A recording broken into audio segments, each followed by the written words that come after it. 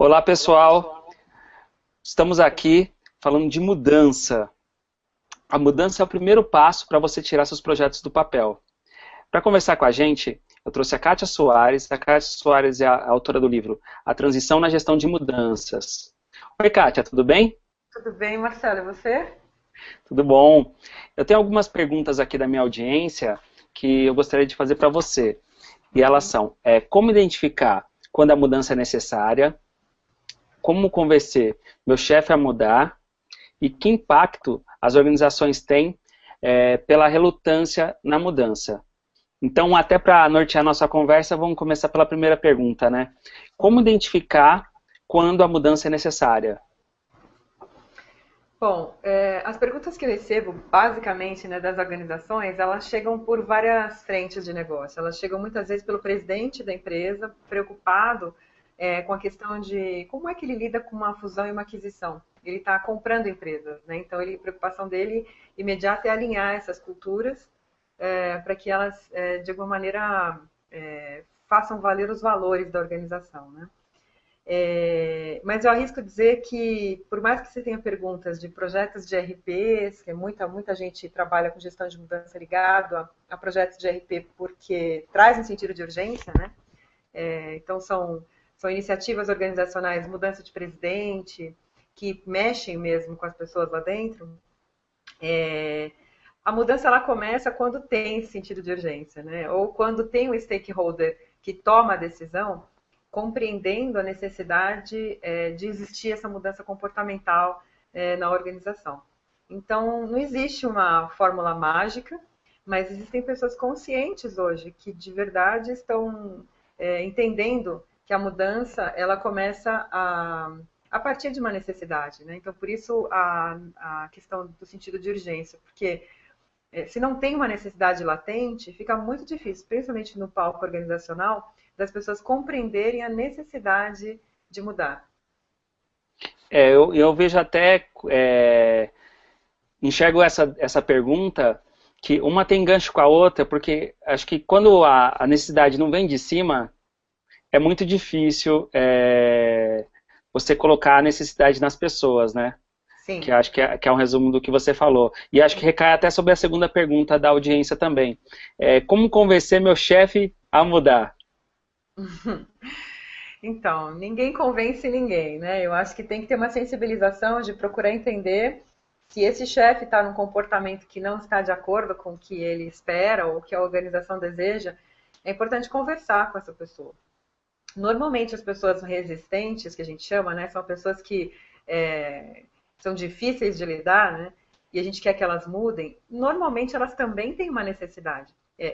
No livro eu trago muito essa questão quando eu falo do Richard Barrett, né, que é um autor bem interessante que trabalha com os 7 níveis de consciência de uma mudança organizacional. Ele trabalha a partir dos conceitos da pirâmide de Maslow. Então, ele diz que todo mundo, de alguma maneira, tem 3 níveis que é fundamental passar por eles e não passar desapercebido, porque senão não consegue passar pelo movimento da mudança, que é a necessidade que ele chama de sobrevivência, e aí sobrevivência vamos ler como dinheiro, como segurança, né? Tem um movimento muito claro que é olhar para o mundo das relações, quer dizer, como que essa pessoa se relaciona no mundo, e será que ela está se relacionando com medo, com ego, né? E aí quando acontece isso, as pessoas normalmente ficam resistentes. E o último é como que anda a autoestima, né, da pessoa. Se ela entende as capacidades que ela tem interior, se ela percebe aquilo que ela gera de valor para o mundo, e aí ela não vai cobrar ninguém. Aí ela não fica com inveja, ela não fica com ciúmes, ela é uma pessoa inteira naquilo que ela faz, porque ela sabe das capacidades que ela tem. E aí o quarto é o nível que a gente chama do nível da transformação. E a partir dali tem os 3 níveis sequentes, eu não vou falar para não cansar muito o telespectador, mas ele fala que os 3 primeiros níveis são os níveis que a gente chama de interesse próprio. E os 3 seguintes é o nível que ele chama de bem em comum. Então, esse chefe que eu quero que mude, provavelmente ele tem alguma questão mal resolvida dentro dele de interesse próprio, ou porque ele teve alguém lá atrás na biografia humana que falou que ele não dava conta do recado, ou ele teve um chefe, uma situação de trabalho onde ele se sentiu mal, ele não foi respeitado, Então, as pessoas normalmente, quando são difíceis de lidar, é porque elas tiveram traumas emocionais. Então, nós não estamos falando de simplesmente lidar com a gestão da mudança, e fundamentalmente lidar com a transição do indivíduo, que é acontecido a partir de uma mudança.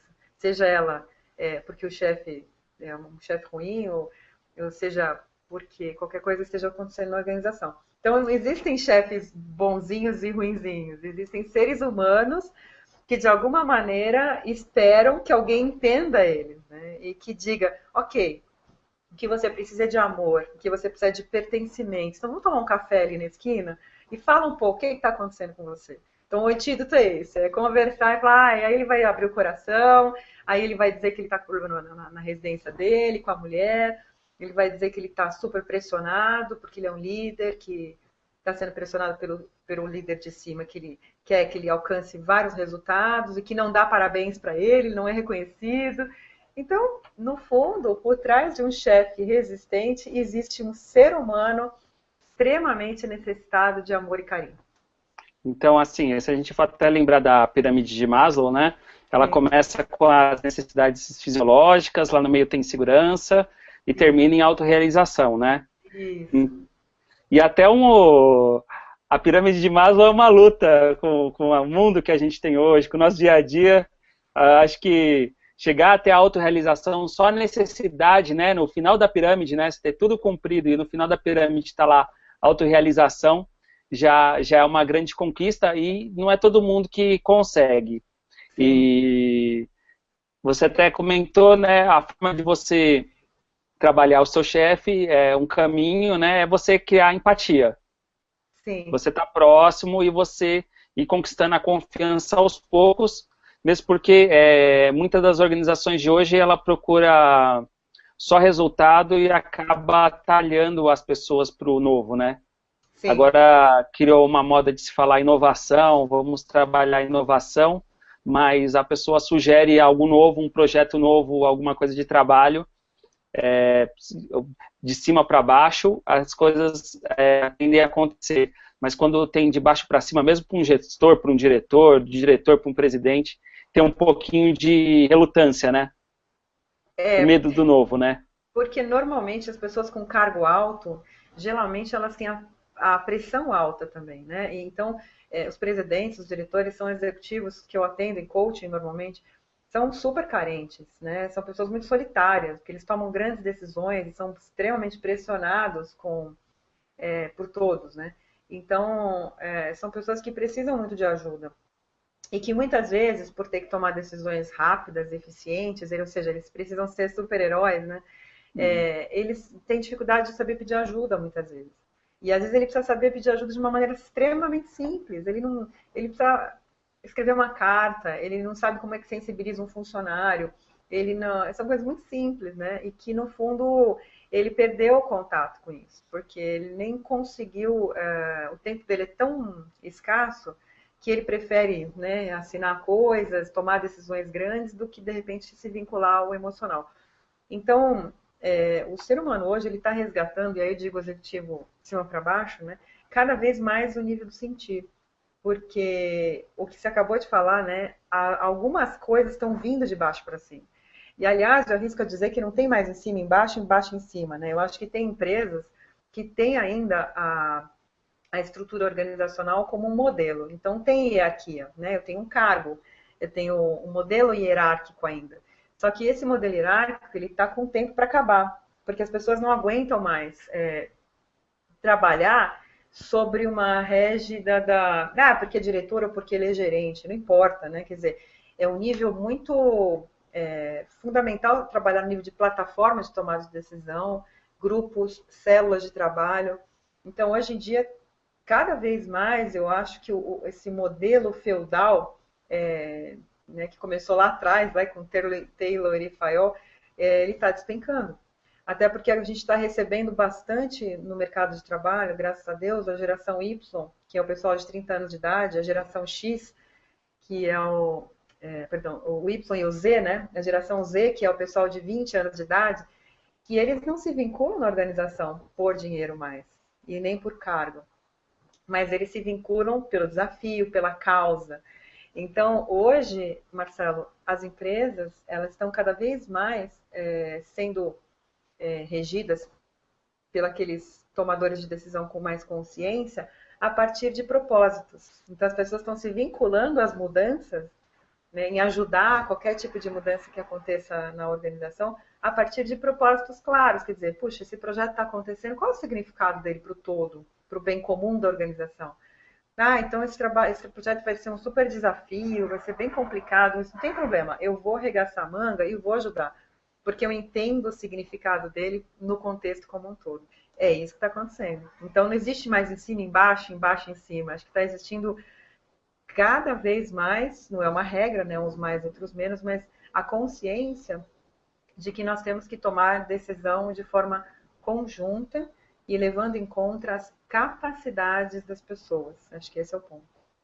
Muito bacana. E a gente acabou já começando a responder um pouco da terceira pergunta, que é que impacto as organizações sofrem pela relutância à mudança, né? E a gente já falou um pouquinho de um primeiro impacto, né? Que essa geração Y, né? Sim. Ela já não, ela quer ser ouvida, ela quer participar. E para participar tem que ter essa quebra de hierarquia, senão a empresa não funciona. Exatamente. Já não tem mais, assim, fisicamente, eu visito algumas organizações, não tem mais sala. É todo mundo no mesmo andar, todo mundo ali numa baiazinha, o gerente misturado com o coordenador, não importa, né? Tem uma mesa no meio, porque aí a reunião é ali no meio mesmo de todo mundo. Então, cada vez mais a gente está observando que está existindo esse modelo de ampliar a criatividade das pessoas, porque no fundo todo mundo tem criatividade, né? É que às vezes o mundo corporativo tolhe um pouco, né? E além da perda de funcionário, ou até o desinteresse do funcionário, né? Que impactos você acredita que as organizações sofrem por ter essa relutância à mudança? Olha, acho que o primeiro impacto, que eu vejo como um impacto bem difícil, é a perda do vínculo à identidade organizacional, que é assim, as pessoas começam a perceber que a missão dela, os valores e a visão não estão a serviço de um bem comum, e sim de um interesse próprio, ou do presidente, ou de tomadores de decisão que vão ganhar dinheiro com isso. Então, eles começam a perceber. Então, o primeiro impacto é as pessoas começam a não se vincular mais na organização.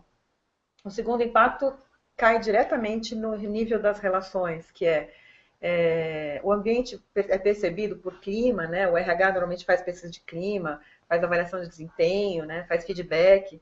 Então, as organizações têm ferramentas muito claras de que o clima não está bom. E aí esse é um segundo diagnóstico, né? De que realmente a coisa vai mal porque não tem papéis claros. Então, esse é um grande impacto, né? De clima. O terceiro é processos. Então, a gente pode ter um impacto de não mais só clima, mas de resultados de verdade, né? Quer dizer, a gente começa a perceber que a empresa ela não está entregando com qualidade, que as pessoas estão cada vez mais fazendo trabalhos e levando mais tempo para fazer esse trabalho. As pessoas se cansam entregam com erros, e aí fala, poxa, mas por que está acontecendo isso? Se as pessoas sabem o que fazer. Porque provavelmente a estrutura não teve de verdade um pensamento organizacional, então não criou modelos de planejamento estratégico, não criaram modelos, sistemas que pudessem suportar essa visão processual. Mas, de alguma maneira, cria um impacto em resultado, claro, né? E o último impacto, Marcelo, é o impacto do dinheiro, né? É o impacto financeiro. É que muitas nos procuram, né? Me procuram e falam, Kátia, eu estou precisando fazer um trabalho de gestão de mudança porque a minha empresa está perdendo liquidez, está perdendo dinheiro. Aí quando eu converso com o presidente, e aí eu faço uma entrevista, né, com as pessoas, aí eu procuro entender, né, que ambiente é esse, né? O que está acontecendo, por que eles estão perdendo dinheiro? E é nítido. É impressionante que a coisa não é no dinheiro, não é no nível dos recursos, mas começa com o não vincular da estratégia. As pessoas não conseguem ver propósito de trabalhar naquela organização, porque, inclusive, a estratégia, quando ela é desenhada, eles não podem nem discutir o que eles acham a respeito. Então, se um presidente quer crescer, quer comprar outra organização, se ele quer mudar de trabalho, se ele quer vender produto novo, não importa o que ele queira em termos de estratégia, quando o presidente não vincula, não estabelece um diálogo de troca com os funcionários e pergunta para eles o que vocês acham a respeito desse alcance, desse resultado, dessa estratégia, eles passam a não serem mais donos do negócio. Eles passam a não trabalharem mais com um propósito claro de também estar desenhando a estratégia. Então... Acho muito interessante esse seu comentário, Kátia, porque as pessoas, é muito legal as pessoas te chamarem das organizações e você visualizar isso, porque tem uma tendência do pessoal, não estou tendo resultado financeiro, então vamos reduzir custo. Normalmente assim. Vamos reduzir gente, né? Aí eu trabalhei numa grande organização que anos atrás ela tinha entrado pelo primeiro ano e era uma organização muito grande, mundial inclusive. Ela tinha entrado naquele índice, né, de melhores empresas para se trabalhar. Aí, muito bacana, né, o presidente foi conversar com a gente, falou, olha, estamos entrando, parabéns para vocês e tudo mais, e para mim foi uma descoberta, porque eu descobri que existia um índice de felicidade no trabalho. Aí eu achei muito engraçado, né, porque na forma que ele falou, né, era um alemão, inclusive, ele não imaginava que existia a possibilidade de ter felicidade no trabalho, sabe? Foi do tom mais ou menos assim, eu achei muito engraçado. E é bom que nessa conversa também as pessoas que estão nos assistindo vejam também por essa ótica, porque se você está com alguma dificuldade na empresa, enxergar as pessoas primeiro. Sim. E para você enxergar o seu modelo e identificar um pouquinho onde que estão as coisas. Não é só, não está tendo resultado, vamos reduzir custo, vamos trocar pessoal. Que acho que entra naquele vício onde que eu já vi empresas também que tem um turnover altíssimo e até chegar num ponto que está insustentável. Sim. Tem um trabalho, uma das atividades que eu faço, quer dizer, e que eu uso muito na gestão de mudança, é trabalhar com a história de vida das pessoas, né? Eu sou formada também em aconselhadora biógrafa, e eu acabo usando isso no trabalho, assim, trocando a biografia das pessoas, né? Então, eu peço para que os executivos sentem numa mesa e façam realmente um contar da sua vida, de 7 em 7 anos. Então, ele diz como ele é, onde que é a família dele, o que ele fez, o que ele estudou, trabalhou, e ao término desse contar, como outros companheiros de trabalho estão junto ouvindo, é impressionante, porque é mágico a maneira como a gente enxerga aquele ser humano depois de uma história de vida contada, né? O companheiro do lado trabalhava com ele 15 anos, mas nunca não soube do tanto de desafios ou de situações que ele vivenciou e o porquê que ele é daquela maneira. Então, fica muito fácil depois trabalhar, inclusive, Marcelo, para poder elencar capacidades, né? Quer dizer, tendo em vista que a gente quer cada vez mais trabalhar em grupo, e quando a gente trabalha em grupo, a gente tem alguns fenômenos que acontecem quando a gente trabalha em grupo, como eu quero falar, eu quero ser ouvido, eu tenho inveja muitas vezes do outro companheiro que falou mais bonito, às vezes eu tenho menos valia em saber, será que eu posso escrever, será que eu devo fazer? Então, tem todo um fenômeno de me projetar no outro. Em reuniões você percebe muito isso, assim, né? De como é que as pessoas trabalham, tem o ego muitas vezes presente, né? E quando a gente praticamente faz esse trabalho de contar das histórias, a coisa some, porque eu consigo ver aquele ser humano acima do papel. Não importa se é um diretor que está ali, se é um gerente que está ali, mas ele é uma pessoa que chama José. E esse José tem uma história de vida única, que não é igual a de ninguém.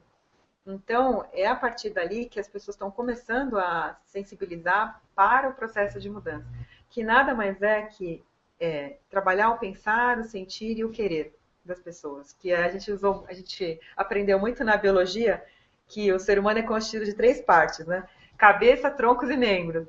Uhum. Mas, assim, olhando de uma maneira mais sutil, a gente percebe que é um pensar, um sentir e um querer. E aí, no momento que a gente consegue entender aquele ser humano que está na minha frente, qual é o pensar dele? Como é que ele encheu a mochila dele de informações, né? Não é igual a mim, ele cursou uma escola diferente, ele teve um pai que educou diferente.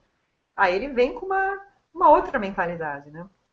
E o sentir dele, ele foi trabalhando ele nunca tocou nenhum instrumento, ele sempre foi pautado de regras a vida dele, ele começou a trabalhar muito novo.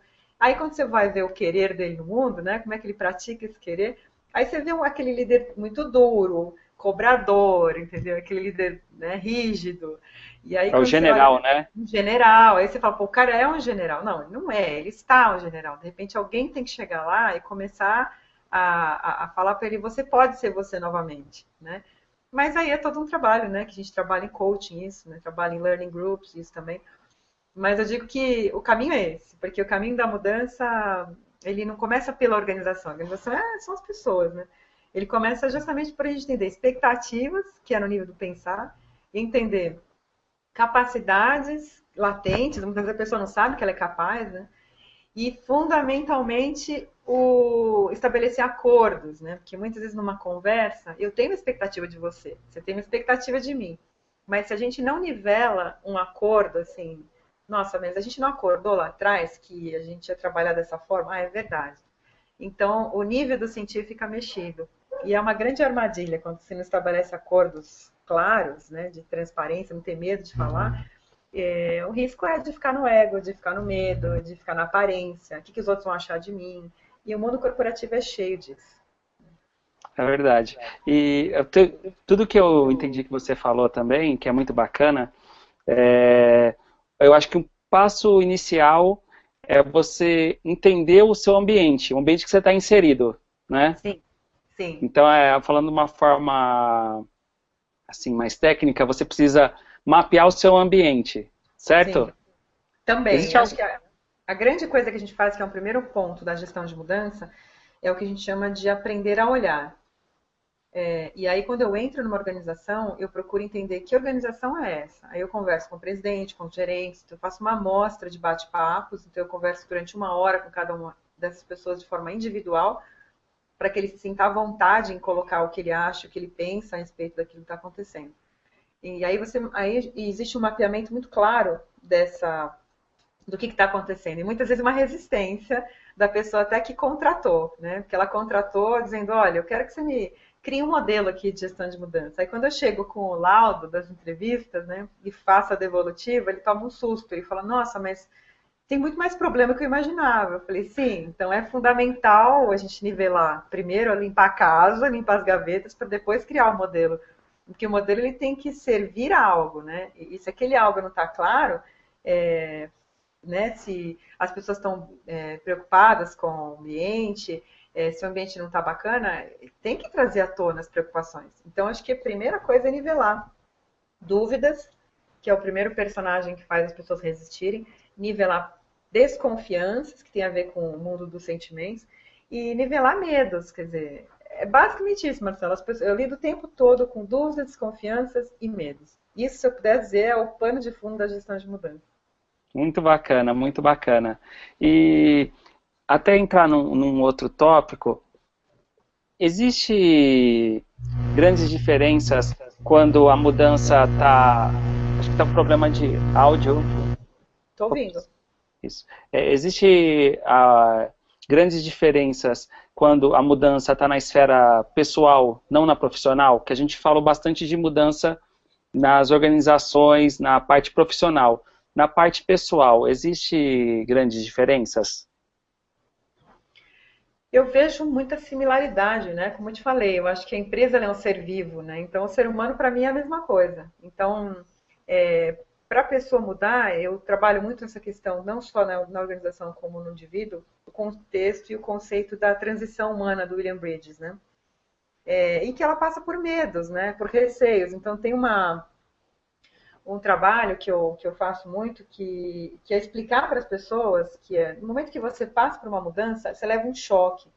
Então não tem como passar batido e fazer de conta que não está acontecendo. Então, normalmente, o primeiro ponto ele nega, né? Não, isso não está acontecendo. Não morreu ninguém na minha família, eu não fui demitido, não é comigo isso. Então, ele tem que sair desse patamar. Quer dizer, eu arrisco dizer que para quem quer de fato passar por uma transição, para mudar, ele tem que aceitar, né? Então, acho que a primeira coisa é tomar consciência de que está acontecendo alguma coisa, né?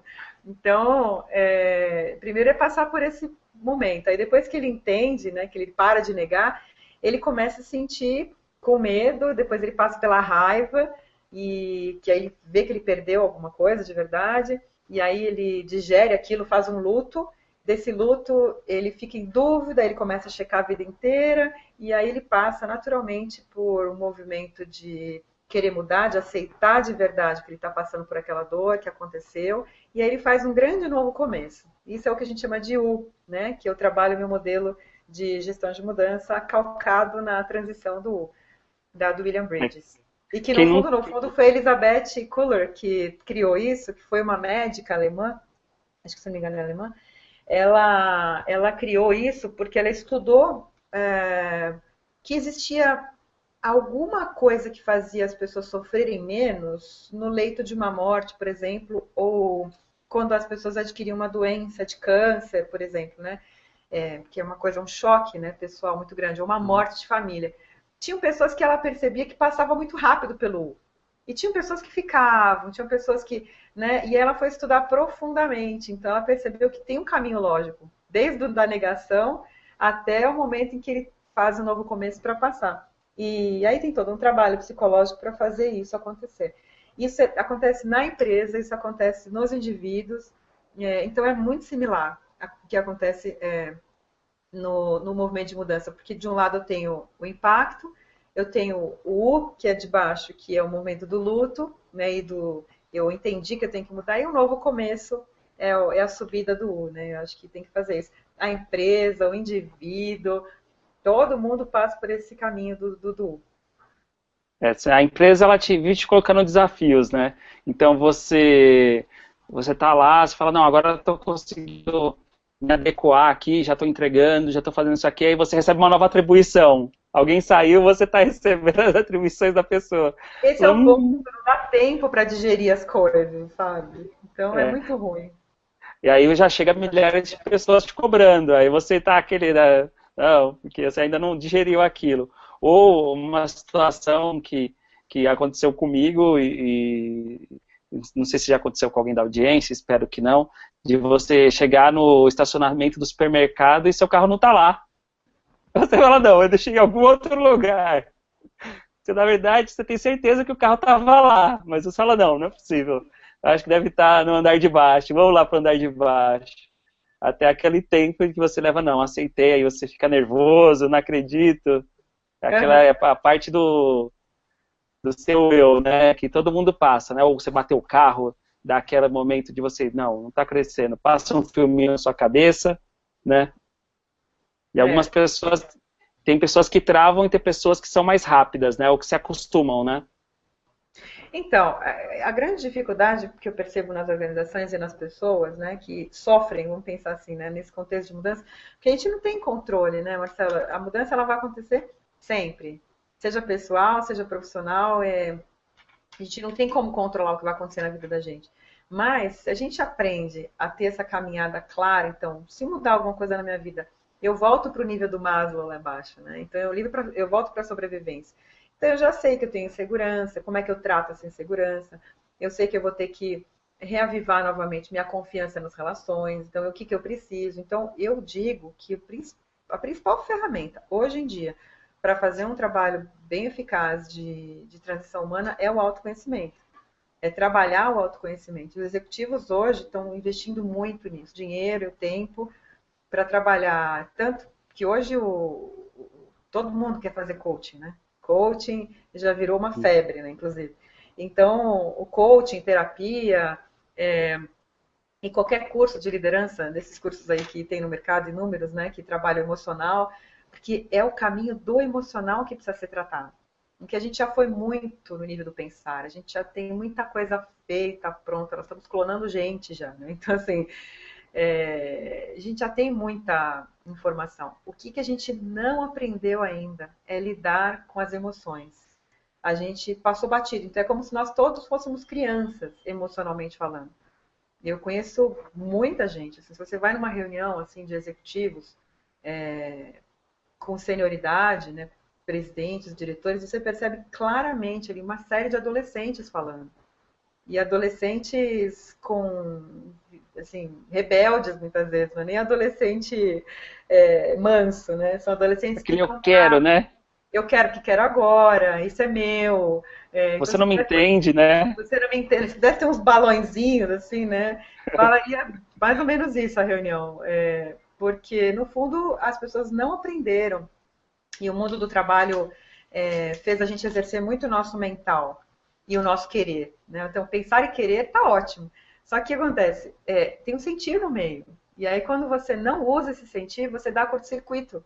E aí, por isso que eles chamam, graças a Deus, chamam as consultorias. Né? Aí eles chamam as consultorias e falam, olha, Kátia, que nem agora eu tô com dois trabalhos, assim, não posso citar o nome da empresa, mas assim, uma empresa me chamando para fazer um desenho de um modelo de gestão de mudança, e onde eu fui fazer a devolutiva da entrevista, a pessoa falou, nossa, mas é tão complexo, a gente é muito simples, você está trazendo muita complexidade aqui. Eu falei, não estou trazendo nada do que não está dentro da empresa de vocês, né? Eu só estou trazendo as vozes, o que as pessoas estão falando, do que significado disso.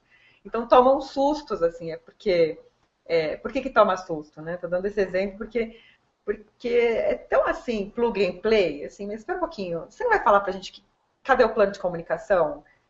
Você não vai dizer cadê o mapa de stakeholder, né? É isso que eu quero que você me fale, o como eu tenho que fazer as coisas. Mas o que é mais difícil, Marcelo, é tratar as dúvidas, as desconfianças e os medos. Ninguém quer tratar isso. Eles querem logo partir para a ferramenta, né? Ah, eu sou muito prática, Kátia. Eu não quero ouvir essas coisas, não. Eu quero que você me diga o que eu tenho que fazer, né? Então, eu lido com isso. Ou eu lido com pessoas que estão na condução de um trabalho, por exemplo, né? Fazendo esse movimento de tocar a gestão de mudança, mas sem o preparo do nível de sentir.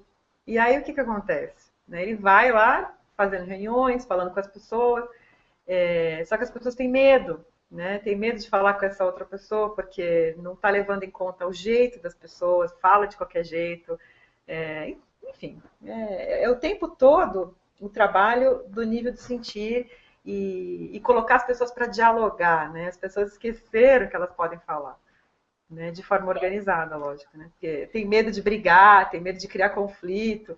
Hoje em dia os consultores estão muito investindo o tempo deles em cursos de mediação de conflito, né?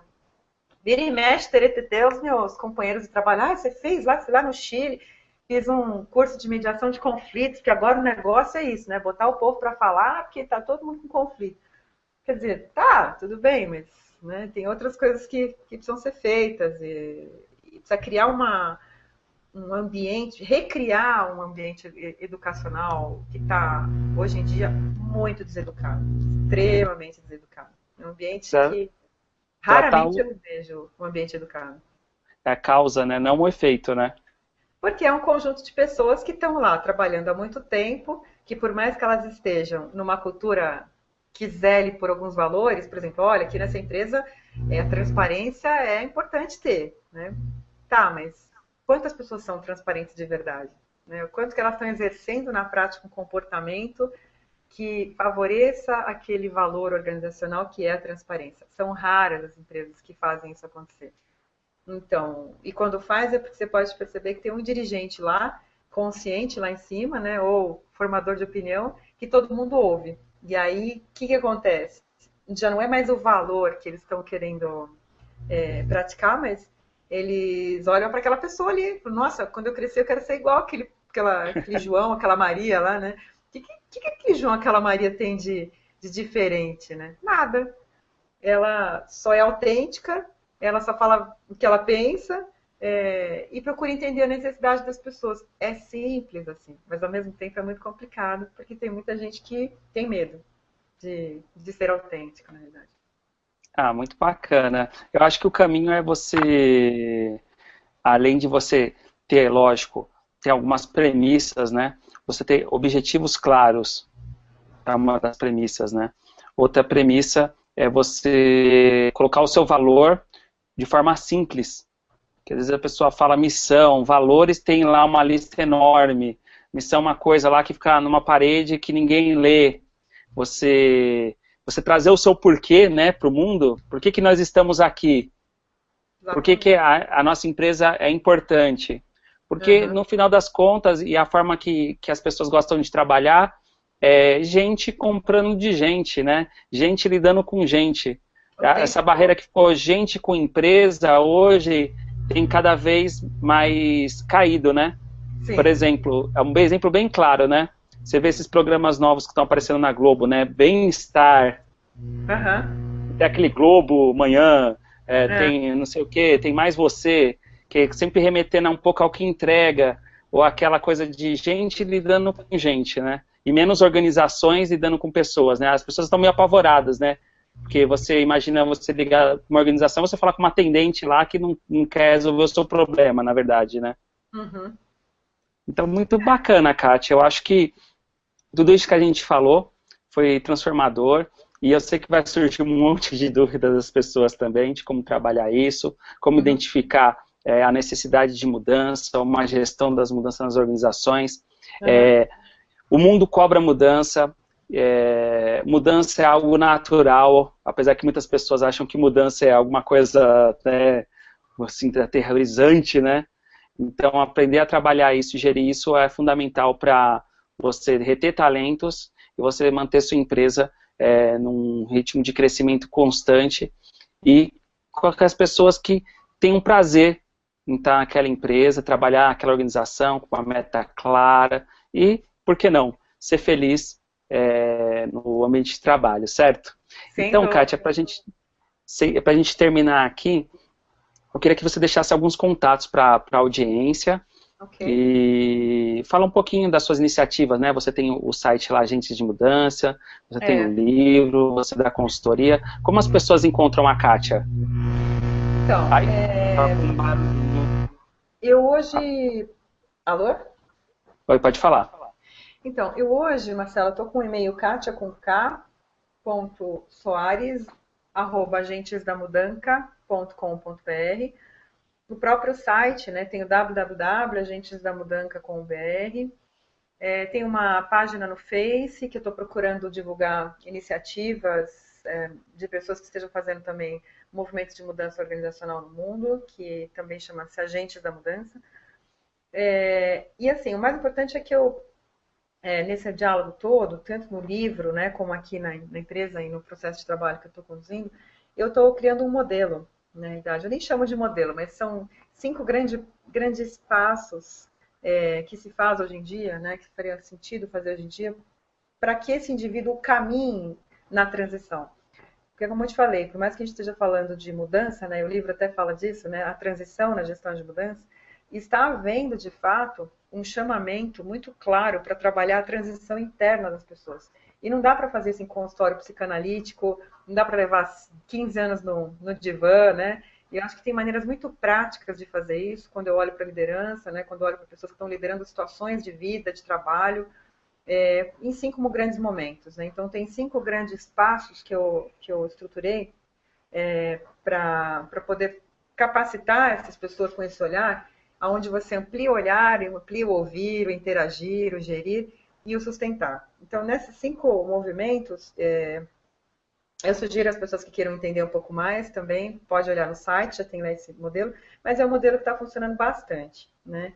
E também tem o próprio programa, que em março também estou formando a turma 5 do programa de gestão de mudança, onde eu trago em cada um dos módulos, basicamente, é o aprofundamento desses 5 passos. Né? São 5 módulos de programa, um programa de 11 meses aproximadamente, mas não é seguido, né? Você vai no mês de março, você aparece em abril, e aí vai, de 2 em 2 meses, né?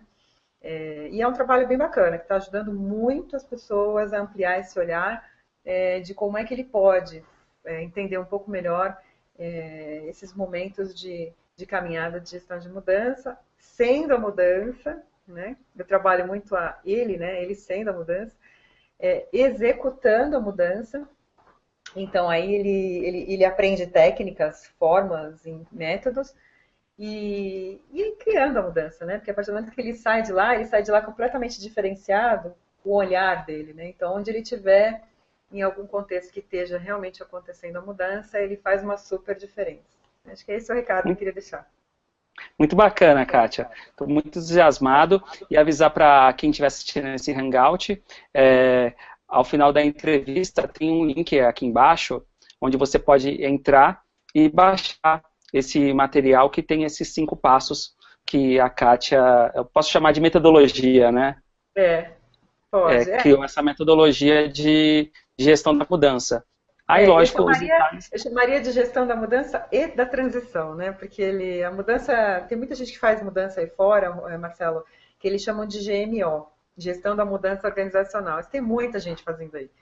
E por mais que a gente fale de mapa de stakeholder, mapeamento de impactos, que é fundamental, também entender como é que faz isso, mas mais do que isso é como é que a gente lida com esse ser humano e que ferramentas de modelos gerenciais a gente tem que ter para caminhar nessa transição do indivíduo, que nada mais é que lidar com dúvida, desconfianças e medos. Então a gente caminha muito nisso. Muito bacana, Kátia. Muito obrigado por tudo que você disse e pelo que você nos ensinou aqui. E numa próxima oportunidade vamos nos falar mais. Vamos. Tem algumas pessoas que vão participar do curso do Tirar do Papel, que inclusive vou ajudá-las, né, a como melhorar, e a mudança é um passo fundamental. E nós vamos ter outras conversas com essa audiência para ajudar eles nesse processo, tudo bem? Tá? Conte comigo. Fiquei muito feliz com a entrevista de hoje. Obrigada. Obrigado a você, Kátia. Até breve. E muito obrigado para você que nos assistiu. Obrigada.